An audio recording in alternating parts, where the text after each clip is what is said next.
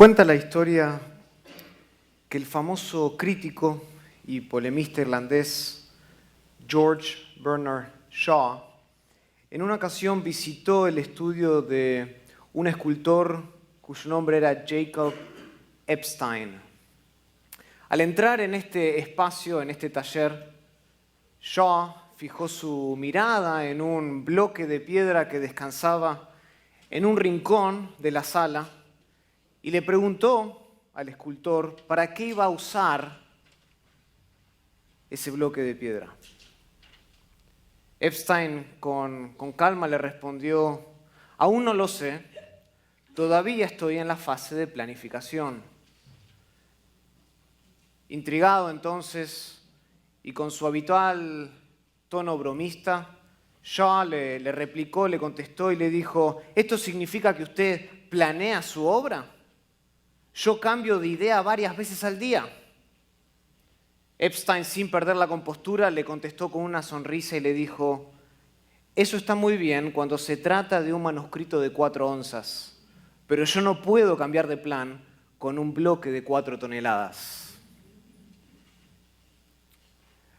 La respuesta de Epstein pone de manifiesto una verdad fundamental, una verdad clave. Una vez que un escultor empieza a tallar la piedra, las modificaciones en su obra no son tan fáciles de realizar. Tiene que tomar tiempo para planear lo que va a hacer. Y lo mismo ocurre en nuestras vidas. Al igual que un escultor, nosotros también necesitamos de una planificación deliberada, de tomarnos el tiempo, especialmente cuando se trata de decisiones importantes de la vida. Y es aquí donde entra una lección tanto práctica como bíblica, y es esta. La lección es que es bueno, es sabio y es correcto hacer planes en la vida. Cuanto más importantes sean nuestros objetivos, cuanto más grandes sean nuestros objetivos en la vida, más cuidadosa debe ser nuestra planificación, más detallada debe ser nuestra fase preliminar de hacer planes. Como dijo Benjamin Franklin, quien fracasa al planificar, planifica su fracaso. Este antiguo dicho refleja una realidad que tú y yo no podemos ignorar. Es necesario hacer planes en la vida. Sin embargo, hacer planes no significa que podemos actuar sin considerar a Dios. La Biblia nos enseña que nuestras decisiones deben ser guiadas por su voluntad. En Proverbios 16, versículo 3, leemos: encomienda a Jehová tus obras y tus pensamientos. Otra manera de traducir eso sería: y tus planes serán afirmados. Encomienda a Jehová tus obras y tus planes serán afirmados. Esto nos muestra que la planificación no es incompatible con la fe. Muy por el contrario, es una forma de ejercer nuestra fe, reconociendo que todo lo que hacemos debe estar alineado con la dirección divina, con la voluntad de Dios. Y este es precisamente el mensaje de Santiago capítulo 4, versículos 13 al 17, que vamos a estar explorando esta mañana. La importancia de incluir a Dios en nuestros planes. Así que los invito a que abran sus Biblias a Santiago capítulo 4. Vamos a estar estudiando los versículos del 13 al 17. Y vamos a estudiar este pasaje porque aquí Santiago nos ofrece principios prácticos sobre cómo hacer planes que glorifican a Dios. Y más específicamente vamos a ver esta mañana 3 maneras de incluir a Dios en todas nuestras decisiones. 3 maneras de incluir a Dios en todas nuestras decisiones.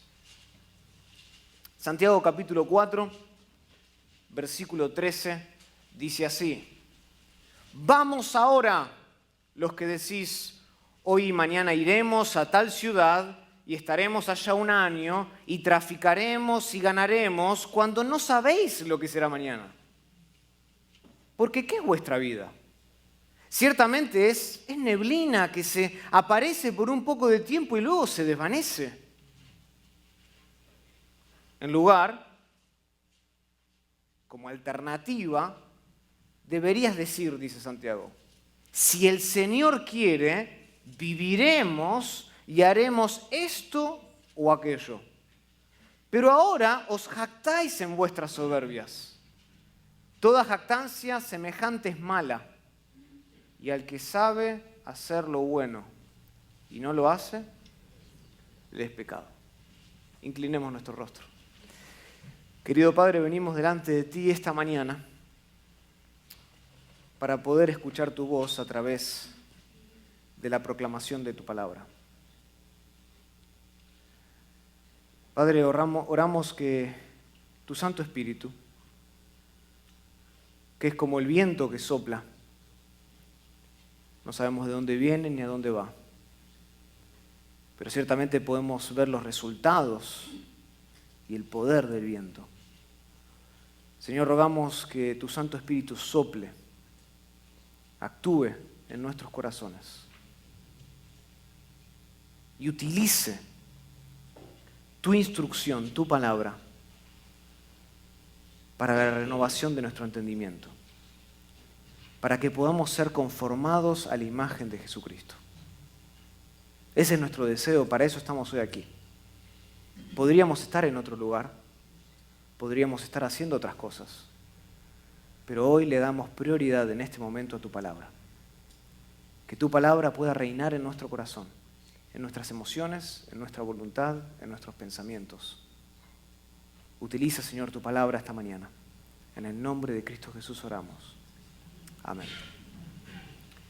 El título de mi mensaje es Incluye a Dios en tus planes. Incluye a Dios en tus planes. Santiago capítulo 4, versículos del 13 al 17. Y aquí vamos a ver tres principios, dijimos. Tres principios prácticos sobre cómo incluir a Dios en nuestra planificación, en nuestras decisiones. Si están tomando notas, la primera manera de incluir a Dios en nuestros planes es recurriendo al principio de la sensatez. Al principio de la sensatez que está descrito en los primeros 2 versículos. La sensatez. Santiago comienza y dice, vamos ahora, los que decís, hoy y mañana iremos a tal ciudad y estaremos allí un año y traficaremos y ganaremos cuando no sabéis lo que será mañana. Porque ¿qué es vuestra vida? Ciertamente es neblina que se aparece por un poco de tiempo y luego se desvanece. Noten cómo comienza Santiago. Santiago comienza con una expresión enfática. Vamos ahora. Esta construcción no es muy común en el Nuevo Testamento. De hecho, solo aparece aquí y en Santiago capítulo 5, versículo 1. En el siguiente pasaje. Vean ahí en sus Biblias, dice, vamos ahora ricos, llorad y aullad por las miserias que os vendrán. Estos son los únicos 2 lugares en todo el Nuevo Testamento donde se usa esta construcción. Vamos ahora. Antiguamente esta expresión se utilizaba para dirigirse a un oponente imaginario o para introducir palabras duras, punzantes en un discurso. Y en el contexto creo que este último significado es el que encaja mejor. Porque nosotros sabemos que la audiencia de Santiago era real. Y además sabemos que la audiencia de Santiago estaba atravesando por circunstancias realmente adversas. Noten cómo comienza la epístola. Santiago escribe, en Santiago capítulo 1, versículo 1, dice, Santiago, siervo de Dios y del Señor Jesucristo, a las 12 tribus que están, ¿dónde? En la dispersión. O sea, Santiago se estaba dirigiendo a personas reales que estaban atravesando por circunstancias realmente adversas, la dispersión. Y ahora, con un tono brusco, con un tono admonitorio, si quieren llamarlo de esa manera, es muy similar, por cierto, al tono de los profetas en el Antiguo Testamento. Santiago dice así: vamos ahora. Esto se podría traducir también como: ahora, escúchenme bien ustedes que dicen, hoy y mañana iremos a tal ciudad. Esa es la idea, esa es la fuerza de estas palabras. Intenta cautivar la atención. Y este inicio tiene un fuerte sentido de desaprobación, de disgusto. Por esta razón, algunos comentaristas comparan la expresión vamos ahora con la expresión aramea ay de vosotros. Ay de vosotros, que es una exclamación de reproche. Y esa es la fuerza de estas palabras acá al principio. ¡Ay de vosotros! Ahora, escúchenme bien, dice Santiago. Y para entender por qué Santiago utiliza este tono tan brusco, tan severo, de desaprobación, nosotros debemos entender y analizar la ilustración que utiliza Santiago. Vamos ahora los que decís, hoy y mañana iremos a tal ciudad y estaremos allá un año y traficaremos y ganaremos cuando no sabéis lo que será mañana. Noten quién es el objeto de la reprensión. El objeto de la reprensión son los típicos hombres de negocio que lo tienen planeado todo. Los comerciantes que planean todo desde A hasta la Z. Noten en sus Biblias. Estos hombres han considerado el tiempo, el texto dice hoy y mañana, han considerado el lugar, iremos a tal ciudad, han considerado la duración de su estadía, allí estaremos como un año, han considerado la actividad, vamos a traficar, es decir, vamos a comerciar, y no solo eso, incluso han planificado el resultado anticipado de sus negocios. ¿Y allí qué? Ganaremos, dice el texto. 5 cosas planificaron. Ahora, noten qué es lo que está completamente ausente en la planificación de estos hombres. No hay una sola mención acerca de Dios. No hay una sola mención acerca de Dios. No hay ni siquiera una referencia divina. No hay una referencia a lo que Dios quiere. Y la actitud de estos hombres refleja un desinterés por lo que Dios tiene para decirles. Actúan como que si Dios no existiera. Ese es el punto. Y estos hombres han planificado todos sus comercios, todos sus negocios como si fueran omniscientes, como si fueran omnipresentes, como si fueran invulnerables a las vicisitudes de la vida.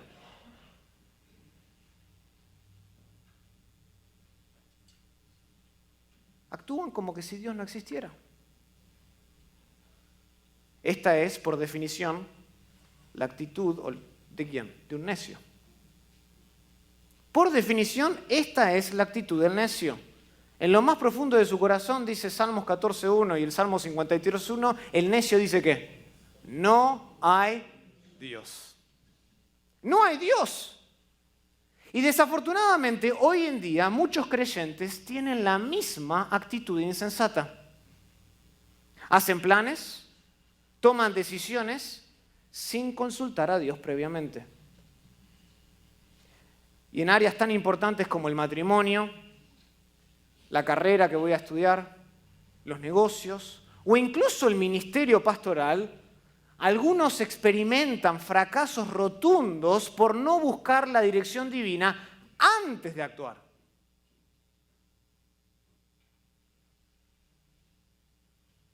La explicación de esta tristeza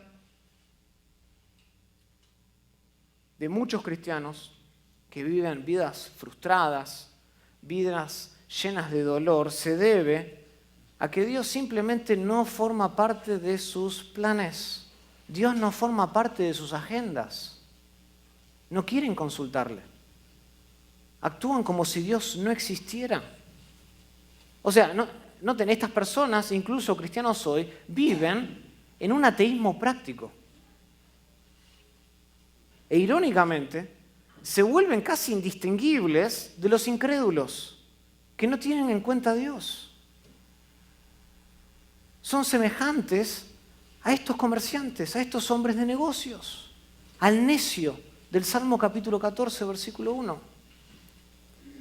Entonces, es imperativo que nosotros eliminemos esta actitud de nuestro corazón lo antes posible, porque no se corresponde ni con lo que decimos ser como cristianos, hijos de Dios, ni con lo que realmente somos, que somos seres creados por Dios. Nosotros no sabemos lo que será mañana, y ese es el punto del texto. Estos hombres a los cuales Santiago se dirige y le dice, hey, ahora escúchenme bien ustedes, que hacen toda esta planificación sin Dios, ¿cómo es posible que la hagan? Versículo 14, cuando no sabéis lo que será mañana. Nosotros no sabemos lo que el día de mañana traerá. Entonces, el punto de Santiago, ¿cuál es? Que es un error planificar como si mañana fuera una certeza. La vida no es algo simple, ni totalmente controlable, ¿no? La vida es una compleja combinación de eventos, de sucesos, de personas, de circunstancias, de decisiones sobre las cuales nosotros tenemos poco o ningún control. Por tanto, es imposible garantizar el futuro. Es imposible garantizarlo. Esto de ningún modo significa que esté mal hacer planes, aclaro. La Biblia nunca condena la planificación sabia.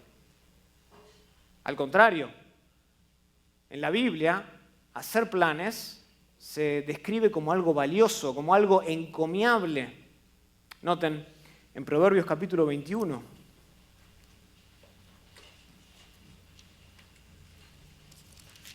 Proverbios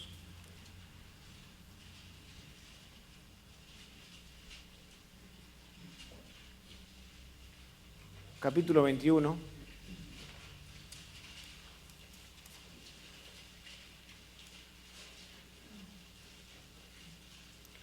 versículo 5. Dice así la palabra de Dios. Los pensamientos del diligente, otra vez, ahí la palabra pensamiento se puede traducir como planes, como proyectos.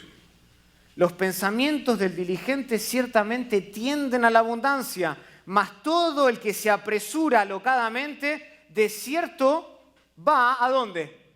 A la pobreza. Noten que la Biblia no condena la planificación, no condena los proyectos. Es sabio hacer planes. Y dice acá Proverbios, el que hace planes, el que hace proyectos diligentemente, ciertamente tiende a ir hacia la abundancia, hacia la riqueza.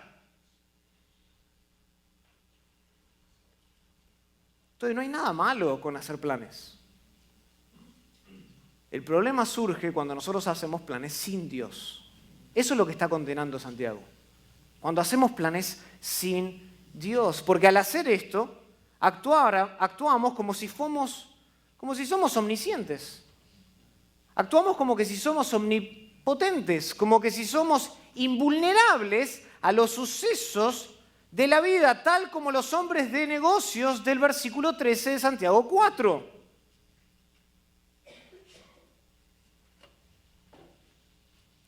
Pero la realidad es que nosotros no somos Dios.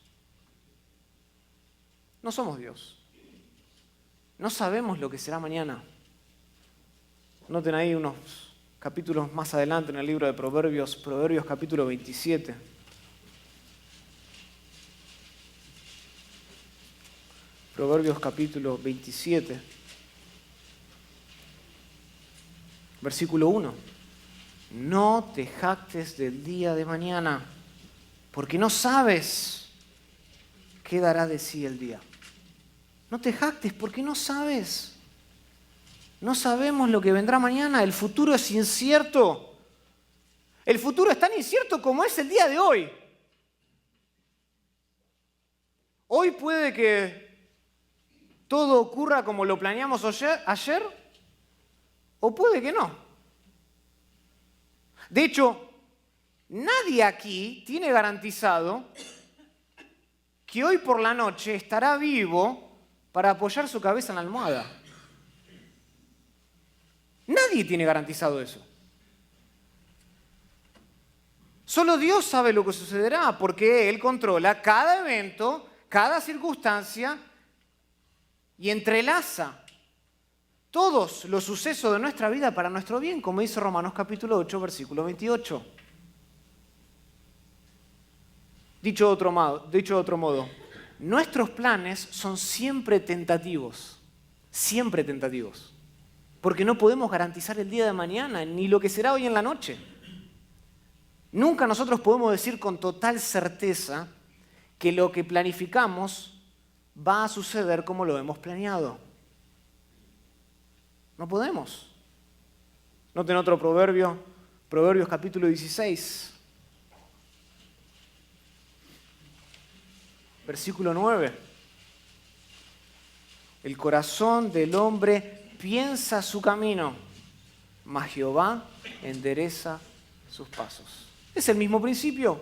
El hombre puede planear, el hombre puede planificar lo que será el día de mañana, ¿pero qué? Pero Jehová es el que endereza los planes.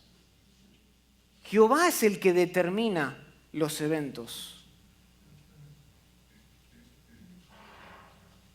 El tiempo no nos pertenece a nosotros, le pertenece a Dios. La vida no nos pertenece a nosotros, le pertenece a Dios. Y para ilustrar esta idea, noten lo que va a hacer Santiago. Santiago va a recurrir a la imagen de la neblina. Vuelvan en sus Biblias a Santiago capítulo 4, versículo 14, dice: ¿por qué planean básicamente de esta manera cuando no sabéis lo que será mañana? Porque ¿qué es vuestra vida? Ciertamente es neblina, que aparece por un poco de tiempo y después ¿qué pasa? Se desvanece. Literalmente esta palabra neblina significa vapor. Vapor. Y se usaba comúnmente para describir el vapor despedido por el agua cuando está hirviendo, por ejemplo. O también se utilizaba para hablar en referencia al humo que es llevado por el viento. En estos días aquí en California hemos visto mucho de eso. El humo llevado por el viento. Santiago nos dice que nuestra vida es así de breve.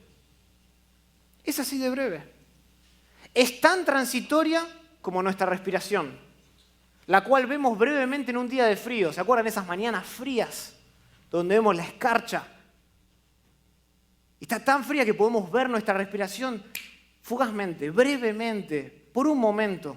Es transitoria. Está ahí y al instante, ¿qué pasa? Desaparece.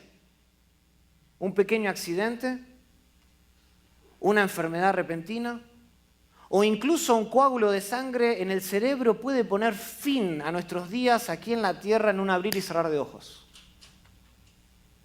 No sabemos lo que será del día de mañana. Para nosotros la vida parece larga. Y de hecho, noten cómo nosotros medimos la vida. Nosotros medimos la vida ¿por qué? Por años. ¿Qué festejamos una vez al año? Algunos tratan de festejarlo 2 o 3 veces. Pero lo que festejamos es el cumpleaños. Medimos nuestra vida en años. Pero comparada a la eternidad, nuestra vida es extremadamente corta. Extremadamente corta. Acompáñenme al libro de los Salmos, porque esto lo vemos ilustrado en la teología de los Salmos varias veces. Salmos capítulo 39, por ejemplo. Salmos capítulo 39, versículo 5. David escribe y dice: he aquí, diste a mis días término corto y mi edad es como nada delante de ti. Ciertamente es completa vanidad todo hombre que vive. Ciertamente como una sombra es el hombre. ¿Ven ahí la imagen? Es como una sombra. Salmo capítulo 102. Salmo 102.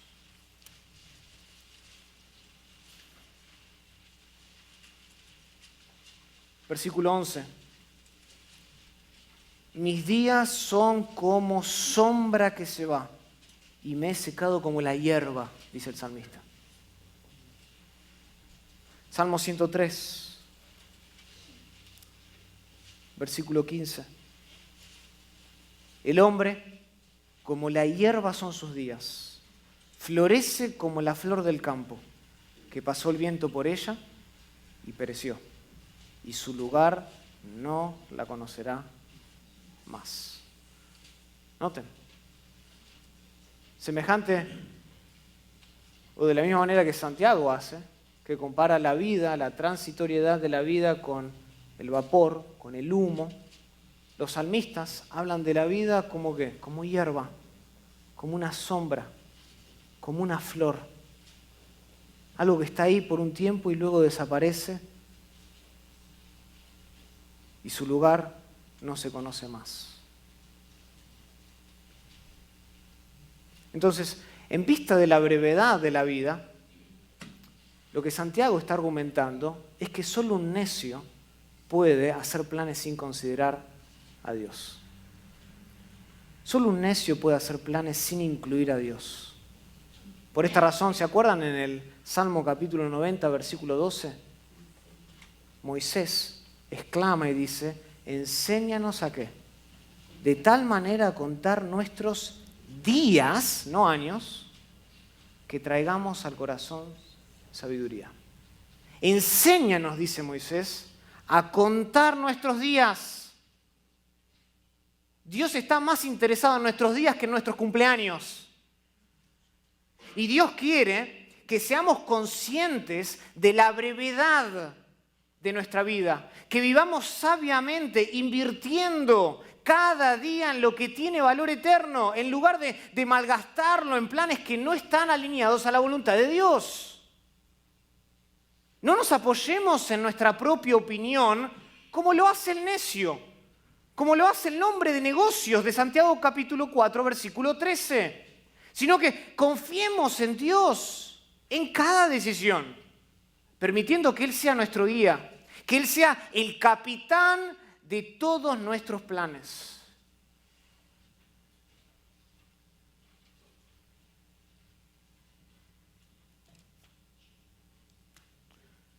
Como dice Proverbios, capítulo 3, versículo 5, fíate de Jehová de todo tu corazón y no te apoyes en tu propia prudencia. Reconócelo en todos tus caminos y Él enderezará tus veredas, Él enderezará tus planes, Él enderezará tus proyectos.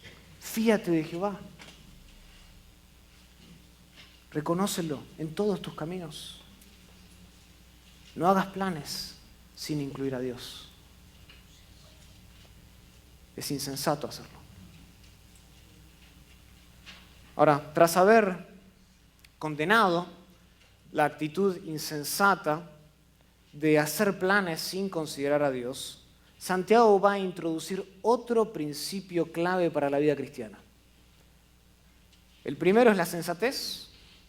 El segundo principio para glorificar a Dios con nuestras decisiones es la sumisión.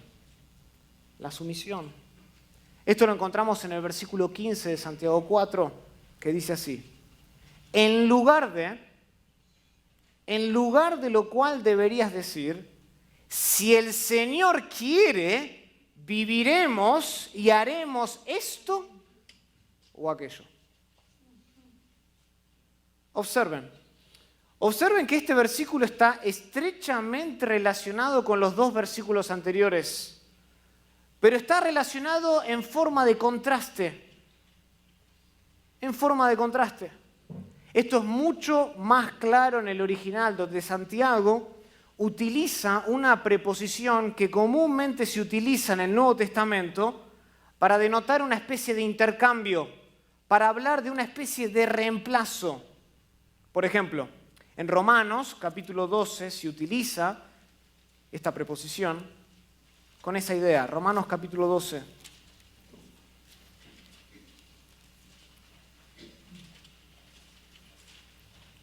Versículo 17. No paguéis a nadie mal por mal. Esa palabra por es la misma que aparece al inicio de Santiago capítulo 4, versículo 15. No paguéis a nadie mal en reemplazo por mal.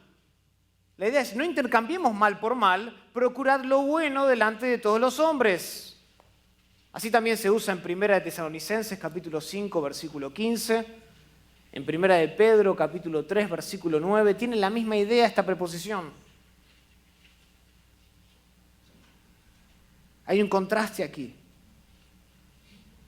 Y lo que Santiago está diciendo es que la única alternativa bíblica al ateísmo bíblico descrito en los versículos anteriores, es decir, hacer planes sin Dios, es el reconocimiento absoluto de la soberanía de Dios. Esa es la única alternativa bíblica. La solución, como dije antes, no es rechazar completamente la planificación, entregarse a un fatalismo pasivo que dice, bueno, si Dios es soberano sobre todas las cosas, ¿para qué voy a planificar mi vida? Mejor espero, descanso y dejo que haga todo. Eso es entregarse a un fatalismo pasivo. Y como vimos, va en contra de lo que la Biblia misma estipula y enseña. Es encomiable hacer planes. Entonces, la solución al ateísmo práctico no es descartar, hacer a un lado la planificación. Eso sería reemplazar la autosuficiencia por la apatía o la presunción por la pereza. Hacer planes no es contrario a la voluntad de Dios, pero hacerlos de espalda a Dios sí lo es. Y ese es el punto de Santiago. Por tanto, debemos no solo consultar a Dios en todos nuestros planes, sino que además tenemos que asegurarnos de que nuestros planes se alineen con su voluntad, se alineen con su criterio. Y esto se conecta con los dos principios que estamos viendo. Como dije hace un instante, el primer principio es el de la sensatez, hacer planes considerando la soberanía de Dios. El segundo principio, que es el principio de la sumisión, nos llama no solo a considerar la soberanía de Dios, sino también a someter nuestros planes a la voluntad de Dios. Noten que ambos principios son diferentes pero complementarios. Son diferentes, pero trabajan juntos y son esenciales para glorificar a Dios en nuestra vida diaria. Lo que esto significa es que no basta con buscar la dirección divina antes de actuar. Eso no es suficiente. Aunque eso es importante, no es lo suficientemente bíblico. El cristiano que goza de una relación vibrante, de una relación saludable con Dios, no solo le consulta, sino que también le confía todas las incertidumbres de la vida a Dios. ¿De qué sirve, hermanos? ¿De qué sirve reconocer que Dios existe y reconocer que su voluntad es agradable y perfecta siempre y luego rechazarla?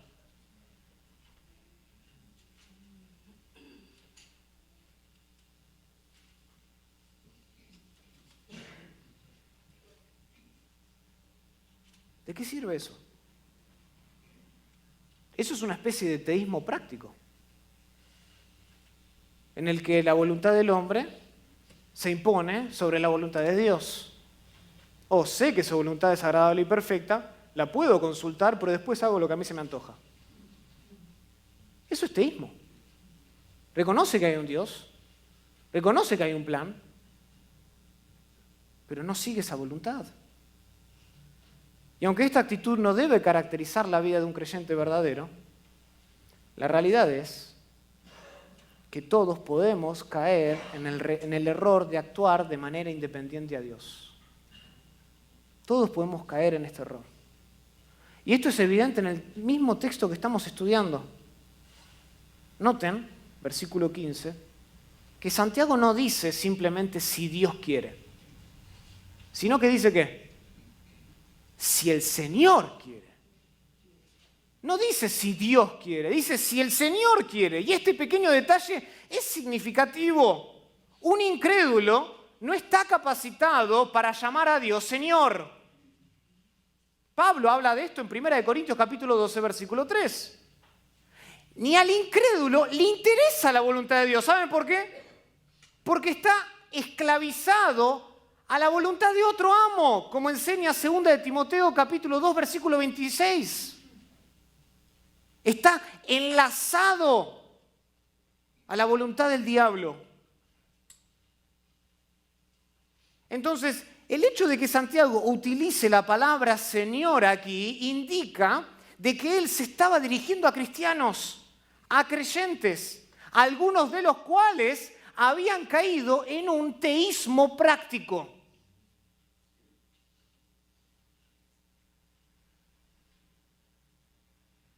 Y ninguno de nosotros hoy está exento de caer en este mismo error.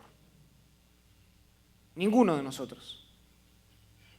Tengamos cuidado de caer en el engaño del teísmo práctico,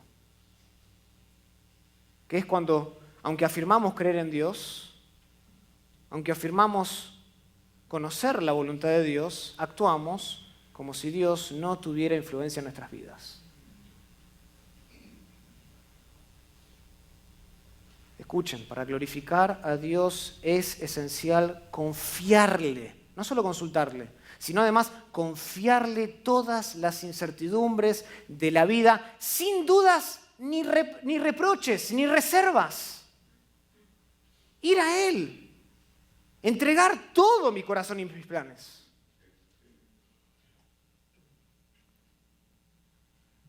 Y no hay mejor ejemplo de esta actitud de sumisión que el de Cristo. No hay mejor ejemplo. ¿Se acuerdan? En el huerto de Getsemaní, a pocas horas de enfrentarse a la ira de un Dios santo, Jesús exclama en Mateo capítulo 26, versículo 39, Padre mío, si es posible, pase de mí esta copa, pero no sea como yo quiero, sino como tú. Pero no sea como yo quiero, sino como tú. La vida de nuestro Señor, desde su nacimiento hasta su muerte, estuvo marcada por un deseo profundo, por un deseo desinteresado de hacer siempre la voluntad de Dios. En Juan capítulo 4, versículo 34, Él habla y Él ilustra su deseo de hacer la voluntad de Dios como el deseo que tiene del hombre de comer la comida. Él dice que la comida, su comida era hacer la voluntad de su Padre y acabar la obra para lo cual había sido enviado a la tierra. Ese era su deseo. Eso era lo que procuraba hacer. Y así también vivió Pablo. Aunque por supuesto de manera imperfecta cuando lo comparamos con Cristo. En varias de sus epístolas, nosotros vemos que Pablo muestra cómo sometió sus planes a la voluntad de Dios. Noten, por ejemplo, Hechos.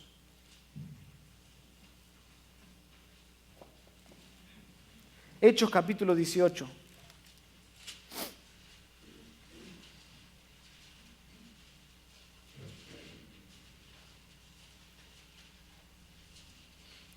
Versículo 19. Y llegó a Éfeso y los dejó allí. Y entrando en la sinagoga discutía con los judíos, los cuales le rogaban que se quedase con ellos por más tiempo, mas no accedió. Sino que se despidió de ellos diciendo, noten lo que dice Pablo, es necesario que en todo caso yo guarde en Jerusalén la fiesta que viene, pero otra vez volveré a vosotros y ¿qué? Si Dios quiere. Y después, ¿qué hizo? Zarpó de Éfeso. Romanos capítulo 1.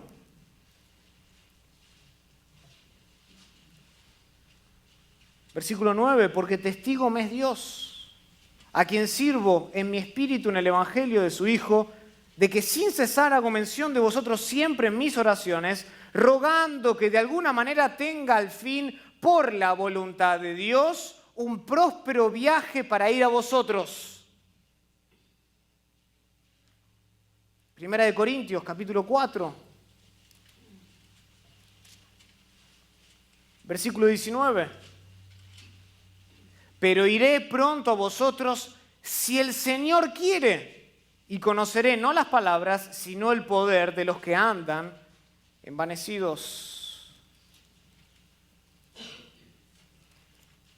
Y al final de esta epístola, versículo 7 del capítulo 16 de Primera de Corintios dice, vamos a leer el versículo 5, iré a vosotros cuando haya pasado por Macedonia, pues por Macedonia tengo que pasar, y podrá ser que me quede con vosotros, o aún pase el invierno, para que vosotros me encaminéis a donde haya de ir, porque no quiero veros ahora de paso, pues espero estar con vosotros algún tiempo, si el Señor lo permite.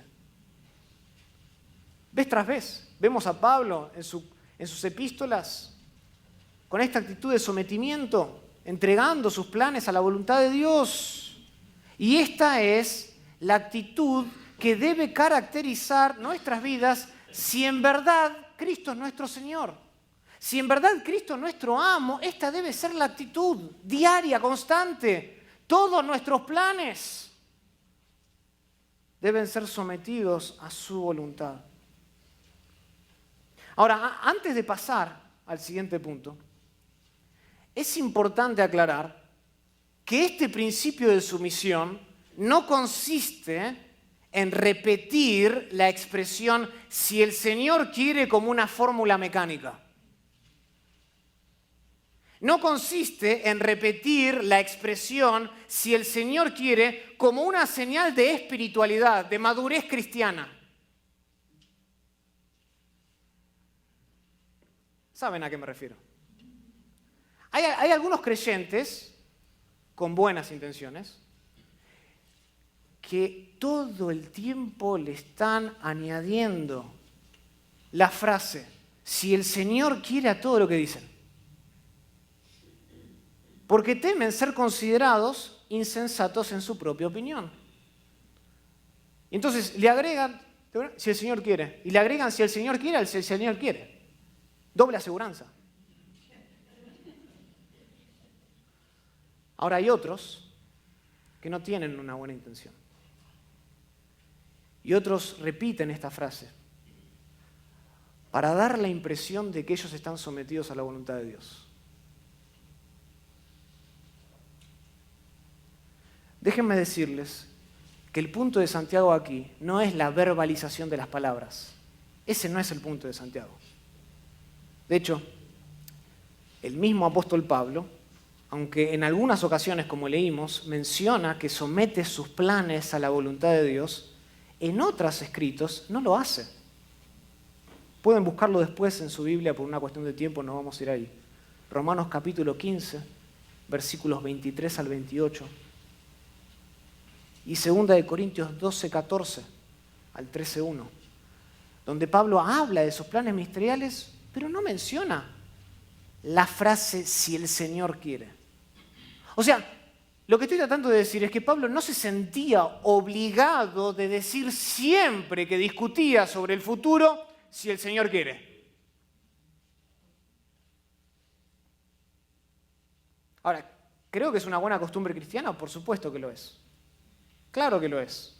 Los puritanos, por ejemplo, solían utilizar la expresión equivalente en latín, Deo volente, que significa si Dios quiere, y los metodistas adoptaron esta práctica firmando sus cartas con las iniciales D.V. para mostrar su conciencia de la soberanía de Dios. Sin embargo,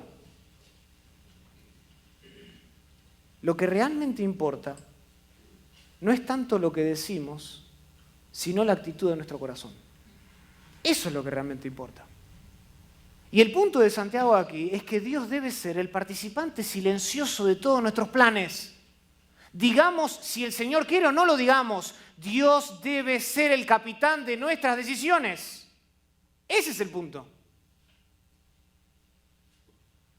Y por otro lado, si tú sientes que tienes que decir estas palabras para dar una apariencia de piedad en la iglesia, arrepiéntete. Arrepiéntete. Lo que Dios busca es un corazón genuinamente entregado a su voluntad. Dios no está buscando palabras vacías. Eso lo único que hace es compararte y ponerte al mismo nivel que los fariseos, a los cuales Jesús les dijo en Mateo 15:8, este pueblo de labios me honra, pero su corazón está lejos de mí.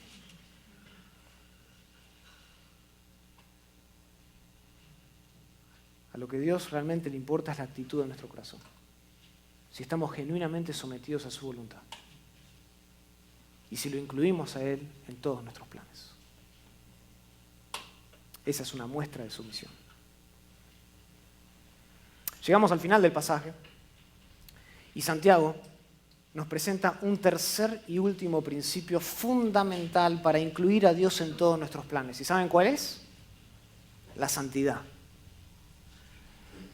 Vimos el principio de la sensatez, vimos el principio de la sumisión y ahora Santiago concluye este pasaje y hace referencia a la santidad que debe caracterizar al cristiano. El pasaje concluye con estas palabras tajantes, pero, noten que hay un contraste, ahora os jactáis en vuestras soberbias. Toda jactancia semejante, dice Santiago, es mala. Y al que sabe hacer lo bueno y no lo hace, es pecado.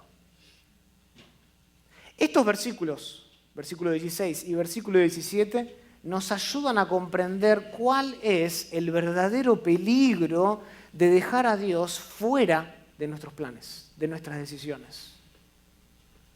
Cuando nosotros no consultamos a Dios, o peor aún, cuando nosotros rechazamos abiertamente la voluntad de Dios, Santiago dice que estamos alimentando una actitud pecaminosa. Y más específicamente, Santiago hace hincapié en el pecado de la jactancia. Él dice, pero ahora os jactáis en vuestras soberbias. Y esto es muy evidente en el texto. Esa expresión, pero ahora, con la cual comienza el versículo 16, tiene un valor retórico más que temporal. En este contexto, Santiago está explicando, a modo de contraste, cuál es la raíz del problema. Noten lo que dice el versículo 15 de nuevo. La alternativa al ateísmo práctico es decir, si el Señor quiere, es decir, tener un corazón sometido a Dios. Viviremos, haremos esto o aquello si el Señor quiere. Pero ahora hay un contraste, dice, vosotros os jactáis en vuestras soberbias. Y ahí está la raíz del problema. Otra manera de traducir el principio del versículo 16 sería, si el Señor quiere viviremos o haremos esto o aquello, pero la realidad del caso es que se están jactando de sus soberbias. Ese es el punto de Santiago. Este es el verdadero problema de hacer planes sin tener en cuenta a Dios. Como explica el erudito del Nuevo Testamento, Douglas Moo, él dice, la cuestión no es solo que la gente no tenga en cuenta a Dios cuando planifica la vida. La cuestión es que además de eso, se jactan, proclamando así su autonomía y su independencia del Señor. Fin de la cita. Ese es el problema. Esa es la raíz, el meollo del asunto. La jactancia. Entonces, Santiago condena esta actitud jactanciosa. No puede darse entre cristianos.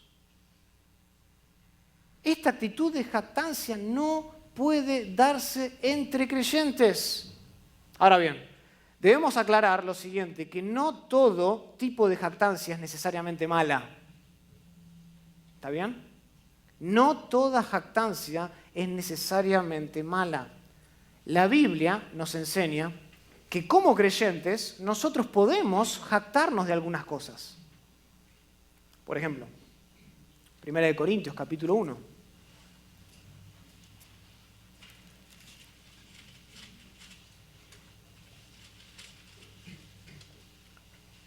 Versículo 30. Mas por Él estáis vosotros en Cristo Jesús, el cual nos ha sido hecho por Dios sabiduría, justificación, santificación y redención, para que, como está escrito, el que se gloría, gloríese en el Señor. Es la misma palabra que aparece en Santiago capítulo 4, traducido como jactancia. El que se jacta, que se jacte en el Señor. Está bien para el creyente jactarse en su amo. Gálatas capítulo 6.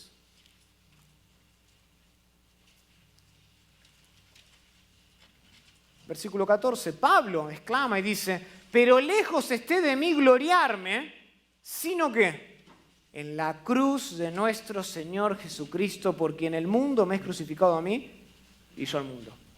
Lejos esté de mí jactarme, sino en la cruz de Cristo. Para el creyente está bien jactarse en la cruz, está bien jactarse en su amo. E incluso el creyente puede y debe jactarse, ¿saben de qué? De sus tribulaciones. Romanos, capítulo 5, dice así, Romanos 5,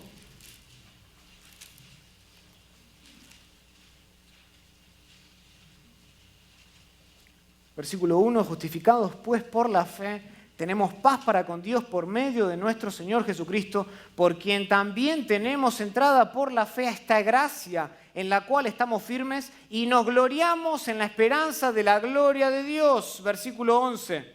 Y no solo esto, sino que también nos gloriamos en Dios por el Señor nuestro Jesucristo, por quien hemos recibido ahora la reconciliación.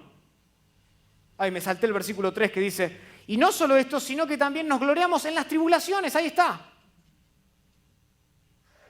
O sea, que no todo tipo de jactancia está mal. El creyente puede jactarse y debe jactarse en el Señor Jesucristo, en la cruz de Cristo, en la gloria venidera. Debe jactarse en las tribulaciones presentes.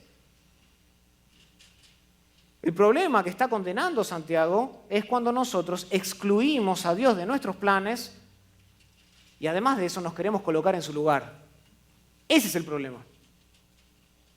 Porque esta actitud de independencia hace crecer nuestra propia autosuficiencia y nosotros empezamos a sentir dentro de nosotros esa satisfacción profunda en nuestra propia capacidad.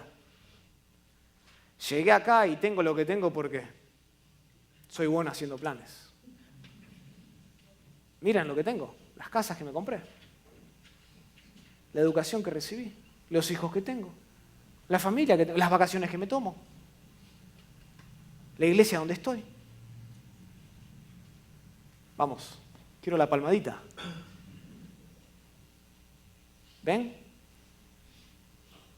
Nos hace creer, confiar en nuestra propia autosuficiencia. Y este tipo de jactancia es lo más repudiable que puede haber para el cristiano. Lo más repudiable. Es por eso que Santiago, en el versículo 16, inmediatamente después de condenar la jactancia, afirma: y toda jactancia semejante a esta es mala. Toda jactancia semejante a esta es mala. Las palabras de Santiago son claras, las palabras de Santiago son directas. Jactarse de lo que podemos hacer sin considerar a Dios es inaceptable y es detestable. Es inaceptable porque impugna el carácter mismo de Dios. Y es detestable porque nos pone al mismo nivel de Satanás.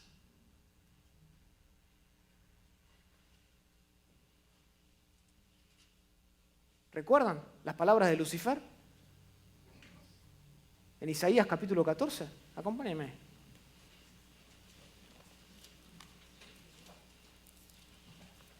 Isaías capítulo 14.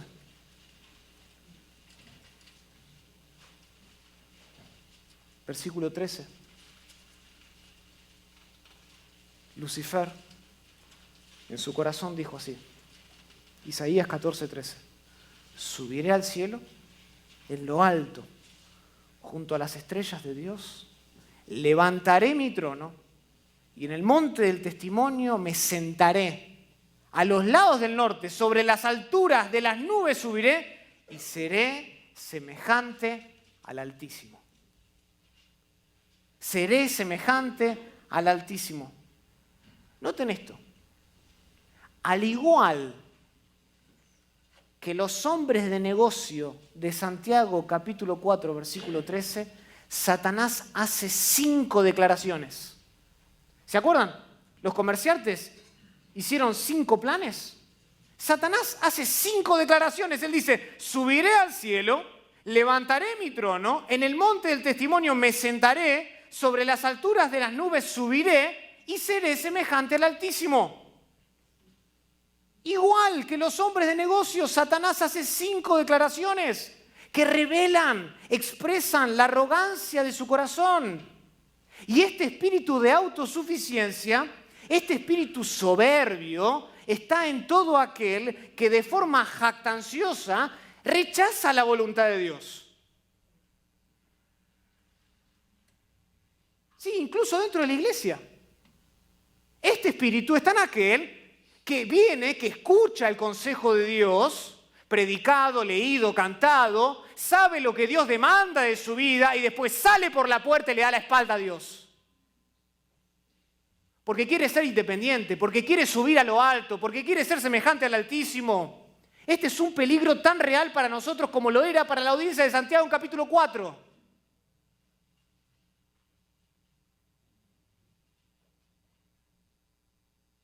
Y créame, yo estoy seguro de que nadie aquí quiere imitar a Satanás si verdaderamente ha nacido de nuevo. Estoy seguro de eso. El que ha nacido de nuevo, el que ha sido convertido, no quiere imitar a Satanás. Porque imitar a Satanás solo trae enemistad con Dios.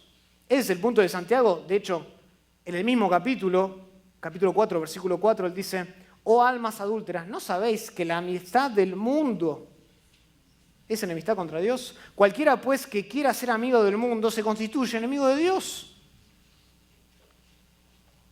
Sin embargo, al tomar decisiones, la realidad es que muchas veces nosotros actuamos más como Lucifer que como nuestro Señor Jesucristo.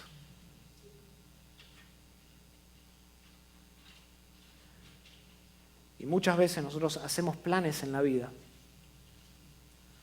como si fuésemos los dueños de nuestro propio destino. Como si fuésemos los capitanes de nuestra vida, olvidando que todo lo que somos y todo lo que tenemos depende de Dios. Todo. Por eso es que en vista a esta jactancia, a esta actitud soberbia que puede anidar en nuestro corazón, Santiago nos hace un llamado a la santidad. Y eso lo encontramos en el versículo 17. El versículo 17 cierra el pasaje. Es como un resumen, resumiendo todo lo que se ha dicho hasta este momento. Quizás a primera vista no parezca que sea un resumen, que sea una conclusión, porque lamentablemente la Reina Valera 1960 no traduce algo que está en el original. En el original hay una partícula, una palabrita griega que conecta el versículo 17 con el contenido de todos los versículos anteriores en una relación de inferencia. O sea, llega el versículo 17 y Santiago va a deducir algo, va a sacar una conclusión, va a inferir algo. Por esta razón, algunas versiones, algunas traducciones, como la Nueva Biblia de las Américas o la Nueva Versión Internacional, agregan un pues o un así que para indicar que hay una relación de inferencia entre estos versículos. O sea, sería así, pero ahora os jactáis en vuestras soberbias, toda jactancia semejante es mala, así que al que sabe hacer lo bueno y no lo hace, le es pecado. Y pues, Hay una conexión, hay una relación estrecha. Y lo que Santiago está diciendo es claro. Santiago nos mira y nos dice, escuchen, ya no tenemos excusas. No tenemos excusas. Sabemos lo que debemos hacer como cristianos. Lo sabemos. Y si no lo sabíamos hasta hoy, ahora lo sabemos. Y este es el punto de Santiago. Él dice, si no incluimos a Dios en cada aspecto de nuestra vida y seguimos haciendo planes sin consultar a Dios, dice Santiago, estamos pecando. Estamos pecando. Y esto es lo que comúnmente se conoce como un pecado de omisión. Un pecado de omisión.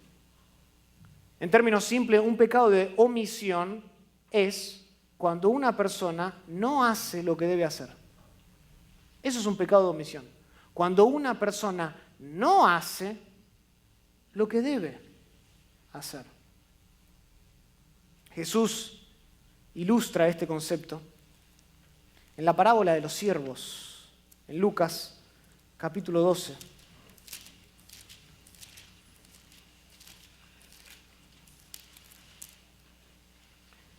En la parábola de los siervos.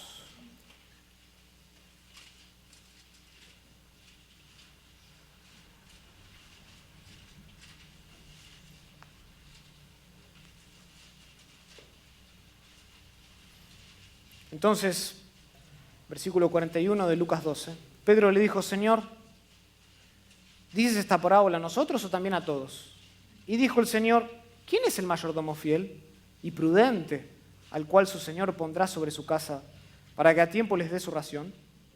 Bienaventurado, dice, aquel siervo al cual cuando su Señor venga le haya haciendo así. En verdad os digo que le pondrá sobre todos sus bienes.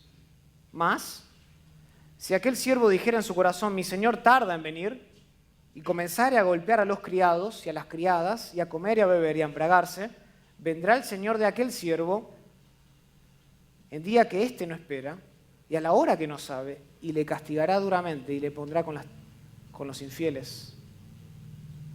Y después habla de otro siervo, versículo 47, y aquí está. Aquel siervo que conociendo, escuchen, la voluntad de Dios no se preparó, ni hizo conforme a su voluntad, también recibirá muchos azotes. ¿Ven lo que dice el texto? El texto dice en el versículo 47 que este siervo, aunque no abusó de los recursos de su amo como el otro siervo, de los versículos 45 al 46, pecó. ¿Por qué? Porque tampoco obedeció a lo que su amo le había mandado. Y por lo tanto no estaba preparado para cuando su amo regrese. Dice así, conociendo la voluntad del Señor, no se preparó, ni hizo conforme a su voluntad. Jesús ilustra para nosotros este concepto del pecado de omisión, de no hacer lo que debemos hacer, conociendo la voluntad de Dios, no cumplirla. Y en este punto creo que la enseñanza de Jesús y la de Santiago nos invita a la reflexión. Porque nosotros cuando pensamos en el pecado, generalmente tendemos a concentrarnos en lo que hemos hecho mal. ¿No es así? En lo que se conocen como pecados de comisión. El pecado de comisión es hacer lo que Dios ha dicho que no hagamos. Es decir, no mintáis, no forniquéis, no adulteréis. Nosotros cuando pensamos en los pecados, pensamos en ese tipo de pecados. Sin embargo, nosotros también debemos aprender a pedir perdón por lo que no hemos hecho. Es decir, por aquellas veces en que no hemos obedecido a lo que Dios claramente mandó en su palabra. ¿Y saben lo que esto incluye?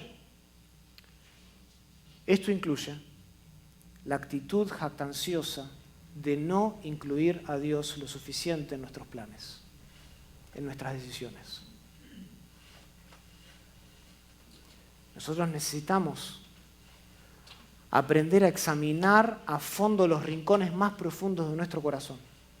Y una vez que hayamos confesado los pecados que encontramos, tenemos que también aprender a exclamar como hace David en el Salmo 19, versículo 12, cuando dice: ¿quién podrá entender sus propios errores? Líbrame, dice David, de los que me son ocultos.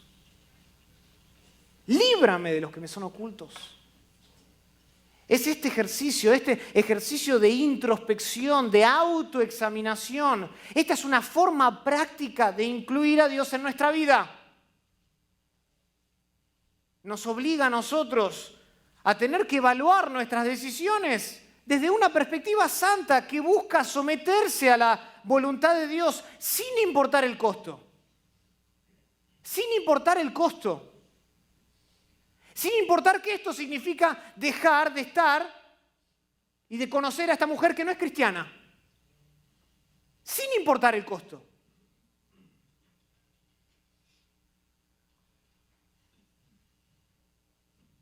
La santidad, hermanos, es fundamental para vivir de acuerdo a la voluntad de Dios. Y sin ella, nadie puede contar con Dios en su vida. Nadie. Porque sin santidad nadie verá al Señor. En conclusión, entonces, debemos preguntarnos: ¿estamos viviendo como si todo dependiera de nosotros? ¿O estamos reconociendo a Dios en todas nuestras decisiones y sometiéndolas a su voluntad? La planificación es sabia, es encomiable, es buena, pero sin Dios es inútil. Jactarse de ser autosuficiente nos aleja de Dios. Y el pecado de omisión nos mantiene en la oscuridad.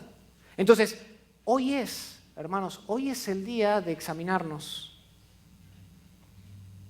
de mirar profundamente en los rincones de nuestro corazón y preguntarnos: ¿estamos planificando con fe y en dependencia de Dios? ¿O seguimos haciendo las cosas a nuestra manera, de acuerdo a nuestra propia voluntad? Que nuestras vidas reflejen siempre la voluntad de Dios y no la nuestra. Incluyamos a Dios en nuestros planes. Oremos. Padre, venimos delante de ti esta mañana y lo hacemos ante todo reconociendo que tú eres el Dios soberano que lo gobierna todo, que pone los límites de nuestra vida, el principio y el final, que tiene contado nuestros días, que ha preparado las circunstancias e incluso las obras que haremos. Tú las has preparado de antemano para que anduviéramos en ellas. Y es en reconocimiento de tu soberanía absoluta y al mismo tiempo considerando la brevedad de nuestra vida, que es como un soplo, que es como la hierba, como una flor, como la neblina, como el humo, como el vapor de la mañana, que venimos esta mañana a examinar nuestros planes. Examinar nuestra vida, examinar qué es lo que sucede en nuestra cabeza cada vez que tomamos decisiones.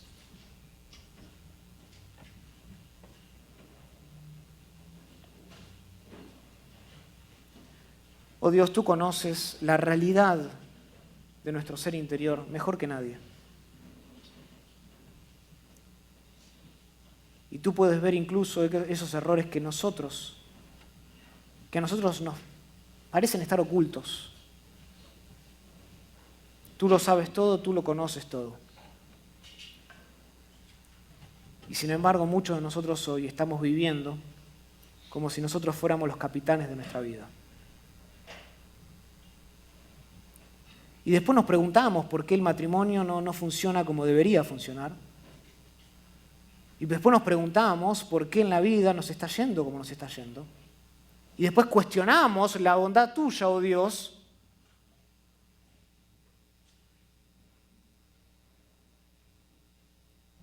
cuando nunca hemos venido antes, previamente y consultado delante de ti, en tu palabra, cuál es tu voluntad.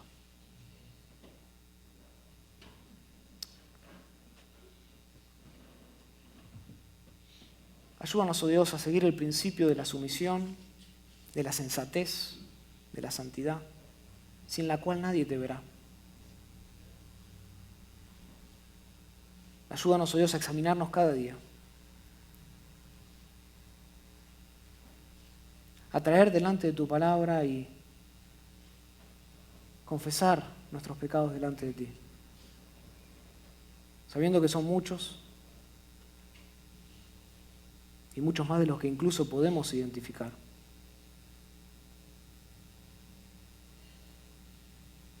Y reconocer que la jactancia en el cristiano detestable no puede estar ahí.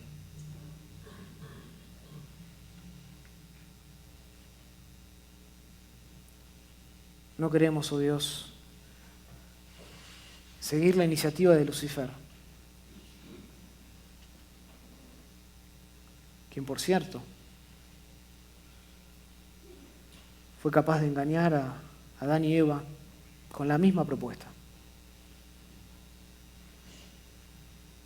de querer independizarse de Dios en el huerto del Edén. Confróntanos con esa realidad. Danos la humildad para arrepentirnos y la fortaleza, oh Dios, para venir a tu palabra todos los días, escuchar tu voz y ser transformados por ella. Lo pedimos todo esto en el nombre maravilloso de Cristo. Amén.